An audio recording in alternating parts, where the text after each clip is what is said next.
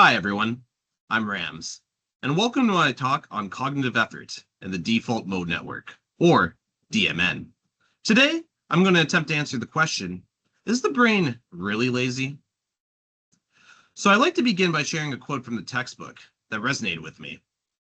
It is important to remember that the brain wants to conserve energy. If it isn't urged to think, it won't. Though it's always ready to leap to attention when danger threatens, in the ordinary course of events, the brain will avoid extra effort by connecting new inputs to well-established patterns. To explain why this quote resonated with me, we got to go back to the summer of 2009. During the summer of 2009, I was 18 years old and just finished my first year of university. My goal at this time was to get into the psychology program at McMaster, but I was short one course. The course I needed was a first-year calculus course, and luckily McMaster was offering a business calculus course during the summer that fulfilled the requirement, so I took it. Fast forward a bit to the weeks leading up to the first test. Naturally, everyone wanted to know what the first test would be on. So when asked, our professor said, the first test will be on chapters 4, 5, and 6. But you should also complete chapters 1, 2, and 3. Chapters 4, 5, and 6 teach you how to swim, but chapters 1, 2, and 3 teach you how to breathe. You need to learn how to breathe before you learn how to swim. Being an 18-year-old during the summer, the last thing I wanted to do was calculus, but I wanted to get into the psych program, so not studying wasn't an option. Determined to not study more than I needed to, I emailed my professor. Hello, sir.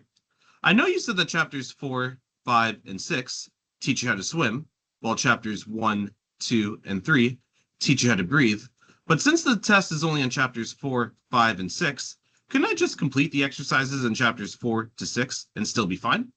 To which he replied, chapters 4, 5, and 6 teach you how to swim, but chapters 1, 2, and 3 teach you how to breathe. You need to learn how to breathe before you learn how to swim. I get that, but couldn't I just swim while holding my breath? Amazing. I don't believe I've ever encountered a student who has put forth so much effort to avoid completing chapters 1, 2, and 3. I suppose you could hold your breath, but you might suffocate. Well, sir, challenge accepted. I shall be holding my breath. Amazing. This interaction I had with my professor is an example of the principle of least effort. Introduced by Ziff in 1949, the principle of least effort proposes that individuals will choose the most efficient or least demanding course of action when multiple options lead to the same outcome. Or, in his own words, the entire behavior of an individual is at all times motivated by the urge to minimize effort.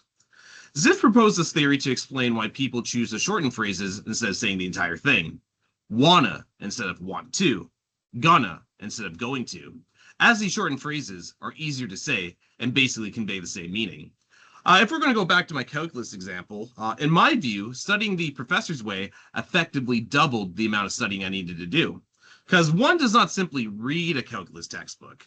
You got to do the exercises and practice. You got to complete the equations, apply formulas, and those chapters weren't short. While studying the chapters the test was actually on seemed like the most efficient way to study that minimized the amount of effort I had to put in, I guess I was kind of in that high school mentality. Ziff's principle of least effort would lay the groundwork for modern research on cognitive effort, but in 2026, Andre and others would re-examine the principle of least effort because they believed that the contemporary interpretation of Ziff's theory was problematic. They suggested that the principle of least effort could be interpreted as people always avoid effort. If you're wondering how I did on that first calculus test, I failed, but I was still determined to get into the psych program. So I actually completed the first 3 chapters of the textbook, and I hate to admit it, but my professor was right. Everything in business calculus connected back to those first 3 chapters. When I was struggling to solve an equation, I would apply a formula that I learned from those first 3 chapters, and more often than not, I would arrive to the correct solution. Not only did I pass business calculus, but I got an A-. If we were to accept the contemporary view of effort, in which people will always avoid effort, we would run into a paradox, or an effort paradox, if you will. If people will always avoid effort, how do we explain the fact that people will willingly engage in effortful activities such as those that involve intellectual challenges, like taking a calculus course or even attending university in the first place, extreme sports like rock climbing, or other voluntary hardships? Well, according to Inslet and others, effort is a paradox because it's something we typically experience as costly and something that should be avoided. Yet, in some circumstances, it can also be valued or even rewarding. Valued because you had to work hard to achieve something, which makes that achievement feel more rewarding. Mountain climbers enjoy climbing mountains because of how difficult and challenging it is. Objects that one crafts themselves tend to be valued more than the same objects that come pre-assembled. This process in which effort adds value and becomes rewarding in and of itself is called learned industrious. Effort itself becomes rewarding over time. Determined to resolve the effort paradox, Andre and others proposed a new interpretation of the principle of least effort. If effort is to be understood as a cost, then it stands to reason that people will try to avoid wasting effort, much in the same way people try to avoid wasting money. Ideally, we wouldn't spend any money, but we have to pay our rent, our bills, buy groceries. Effort can be seen in the same vein. We know that if we want to achieve certain things in life, like me getting to the psych program, for example, we're going to have to put in effort. The question is, how much effort are we willing to put in? So people don't avoid effort, they avoid unnecessary effort. People will invest effort when the rewards justify doing so, but they will do so in a way that's economical. So it's clear that effort is viewed as a cost. But why is effort, specifically cognitive effort, experienced as costly? What makes it so expensive? That's what Otto and others want to find out in 2025. So they presented 3 theories to explain the subjective experience of cognitive effort: processing bottlenecks, the information theoretic view, and network control theory. Otto and his colleagues sought to fill a gap in the economic perspective of cognitive effort, which assumes effort is a cost, but does not specify what that cost actually is. To fill this gap, they framed cognitive effort as an opportunity cost, meaning something needs to be sacrificed or given up in order to use it. This is where the processing bottlenecks theory comes in.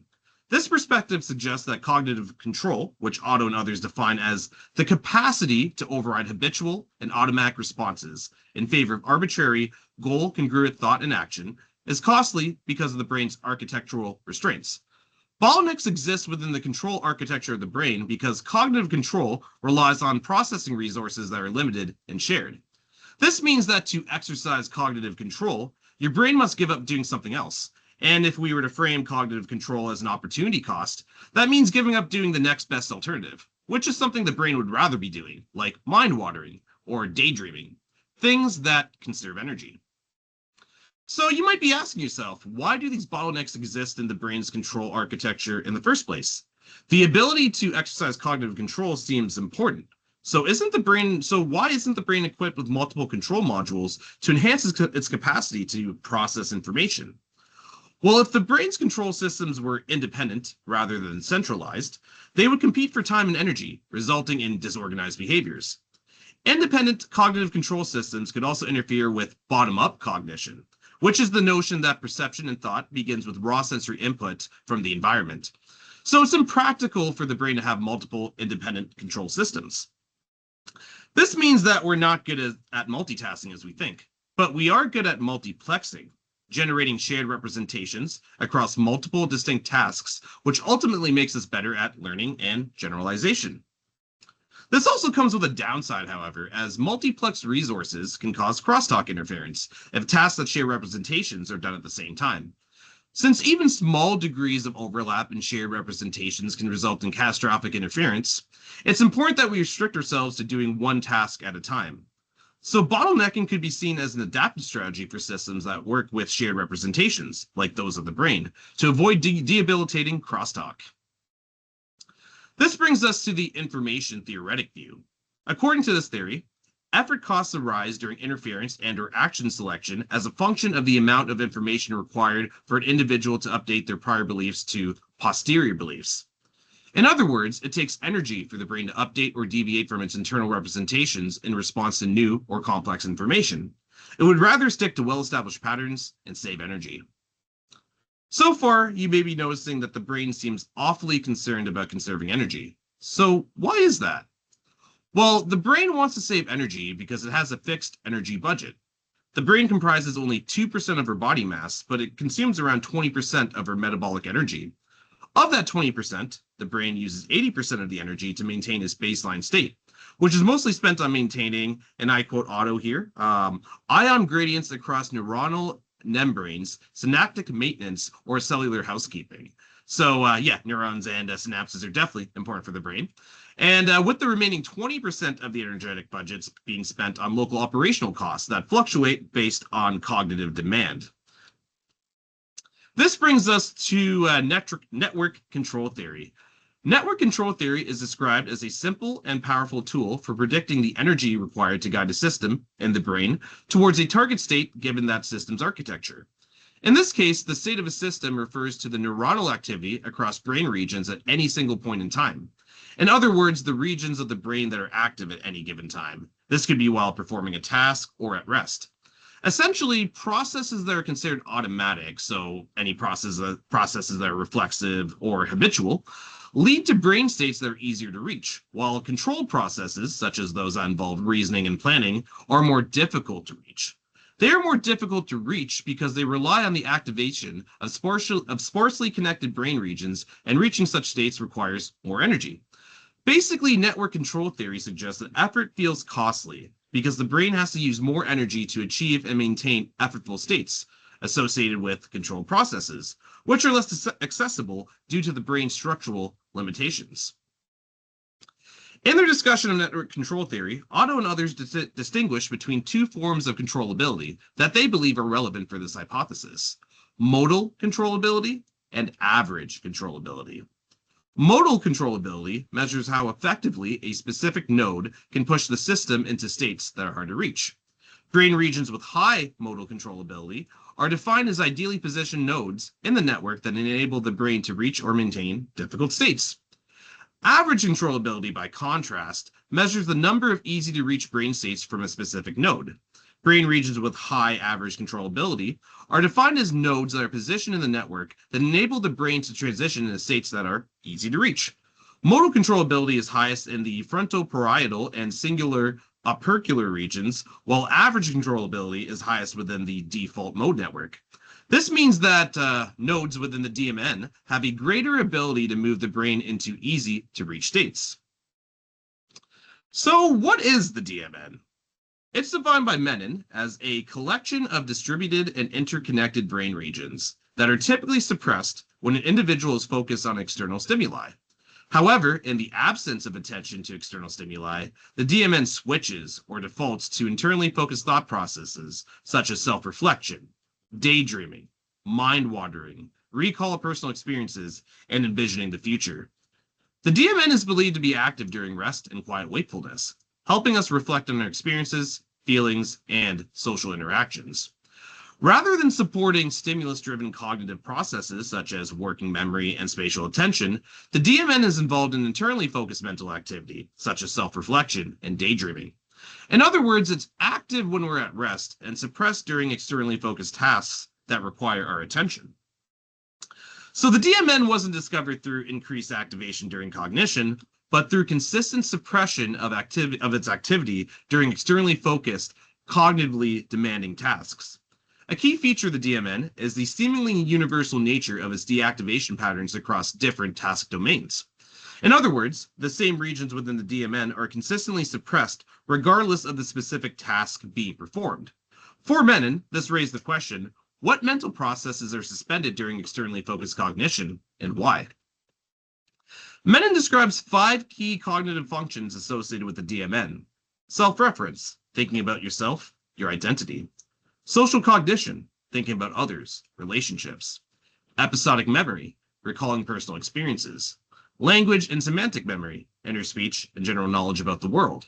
Mind wandering, spontaneous, internally directed thought. All these functions are internally directed. They're focused on the self, memories, meaning, imagination. So it stands to reason why these functions would be suppressed during externally focused cognition. When doing an externally focused, cognitively demanding task, the brain needs attention, working memory, cognitive control. You can't focus on demanding tasks while daydreaming or being in your own little world. The brain needs to suppress the DMN while during effortful tasks, or you would lose focus, get distracted, and make mistakes. Although the cognitive functions of the DMN interfere with externally focused, goal-directed tasks, Menon argues that the DMN plays a crucial role in the integration of memory, language, and semantic representations to help us construct an internal narrative in relation to our individual experiences and social interactions. It works dynamically with other brain networks and integrates its cognitive functions to create an internal narrative that is coherent and unique to us. This narrative is crucial in constructing a sense of self that includes the individual self and the social self. The individual self, granting us the ability to be introspective and conscious of our thoughts, emotions, and actions. The social self, helping us take the perspective of others, navigate social situations, form and maintain relationships, and understand our own behaviors in social contexts. Together, they form a complex personal narrative that shapes our sense of self and influences how we engage with others. The internal narrative shapes our thoughts, feelings, and mental images, influencing how we experience the world and forming an important part of human consciousness. So the DMN helps explain why cognitive effort feels costly. It can essentially be thought of as the brain's natural default state, a state that is low effort, low energy, a state that the brain prefers. When doing a demanding task, the brain must focus and switch away from this preferred state. Effort isn't just about doing something hard. It's about actively suppressing the brain's natural preferred state. So cognitive effort feels costly in part because it requires energy to exercise cognitive control, and because it involves suppressing the DMN in order to maintain focus on externally directed, goal-oriented tasks. So far, we've looked at cognitive effort from a largely economic perspective, where effort is viewed as a cost. People are willing to invest if the rewards for doing so are worth it. However, much like how Ziff's principle of least effort can be interpreted as people always avoid effort, I believe that the economic view of cognitive effort can be interpreted as people will always put forth effort when the value of doing so is high. I argue that value alone is not enough to guarantee effort. For example, I'd like to say that I got into teaching because I want to mold the minds of future generations and inspire them to reach greater heights. And while I have genuinely found a passion for teaching, the reality is I got into this line of work because it paid more than what I was doing at the time. So I'm someone who wants to make as much money as possible. Well, if I want to make as much money as possible, why wouldn't I choose to do something more lucrative, like starting my own business or becoming a YouTuber? I can clearly see value in putting effort into these things as the potential rewards are high, but I don't pursue these things because I don't expect to be successful. So if we're going to talk about effort, we also need to talk about motivation. This is where expectancy value theory comes in. This was originally credited to Cross and Brophy. However, I wasn't able to find their works, so I am discussing expectancy value theory based on the interpretation provided by Barkley and Major in their book, Student Engagement Techniques. So this theoretical model of motivation suggests that the effort one is willing to put towards completing a task is the product of expectancy, the degree to which one expects to be able to successfully complete the task, and value, the degree to which they value the rewards and the opportunity to engage with the processes involved in completing the task itself. So, if we were to view effort as a product of expectancy and value, this means that effort will not be put forth if either component is missing. Because what happens when you multiply something by 0? Well, you get 0. So a person is unlikely to put forth effort to complete a task if they don't expect to succeed, regardless of how valuable the rewards may be. On the other hand, even if they did expect to be successful, they're unlikely to put forth effort if they see no value in doing so. Ironically, for a more complete picture of cognitive effort, we need to look at what some may consider the antithesis of motivation, procrastination. In 2007, Steele proposed a model to address the temporal factor of student motivation. That is, the ongoing struggle to balance life inside the classroom with life outside of it, both of which require a student's time and attention, resources that are all too limited. Temporal motivation theory builds on the motivational formula established by expectancy value theory by framing motivation in terms of utility. Utility refers to how appealing a choice or task is for an individual. Delay represents the amount of time before the realization of an outcome or the arrival of a deadline. The shorter the delay, the more valuable the task becomes. Finally, impulsiveness refers to one's sensitivity to delay. A high rate of sensitivity indicates that person is susceptible to distractions or has a lack of self-control, so it's unlikely that the task will be prioritized. Ultimately, temporal motivation theory suggests that a student's motivation is representative of how desirable they find a task or a choice to be. And that appeal is heavily influenced by their belief to perform a task successfully, the value they find in completing and engaging with a task, and the amount of time they believe needs to pass for the task to become a priority, subject to their impulsiveness. So, yeah, as instructors, we want our students to put in effort, and the economic perspective on cognitive effort can be really insightful, but economists aren't necessarily concerned with teaching. If we want our students to put in effort, to be engaged, then we need to look beyond value and look at motivation as a whole. So that's why I would look to temporal motivation theory for a more comprehensive view on cognitive effort and see what I can do to influence the factors that affect utility. So, beginning with impulsiveness, I would say that this is probably the hardest factor to control. But I guess like if you were in a synchronous learning environment where learning is done in the same time, perhaps in the same location, like if it was like a classroom environment, for example, I guess a way that you could try to deal with a person's impulsiveness, at least during classroom time, would be to like establish rules that would minimize distractions. Like, for example, no cell phones, no hot foods, things like that. But even then, some people are just prone to distractions. Some people I taught would just get into a rabbit hole, for example. So, yeah, I think with impulsiveness, right? Especially if you're in an asynchronous learning environment, right? I don't know what you can really do about that because, yeah, I do believe that things like susceptibility to distractions, lack of self-control, those things seem to be more personal things that I don't think I could really do much about. And even if we were to go back to like Steele's work, for example, he did conceptualize procrastination as like self-regulatory failure, right? So this is where I do believe that self-regulatory failure really comes in as a person's impulsiveness. Again, yeah, this would be like I'd say the hardest factor to influence if we can even influence it at all. Next, I'd like to talk about value. So with value, right, I'd like to say I can influence value by ensuring that learning is valuable to students. But since value is something that can be subjective, I'm not sure I can do that.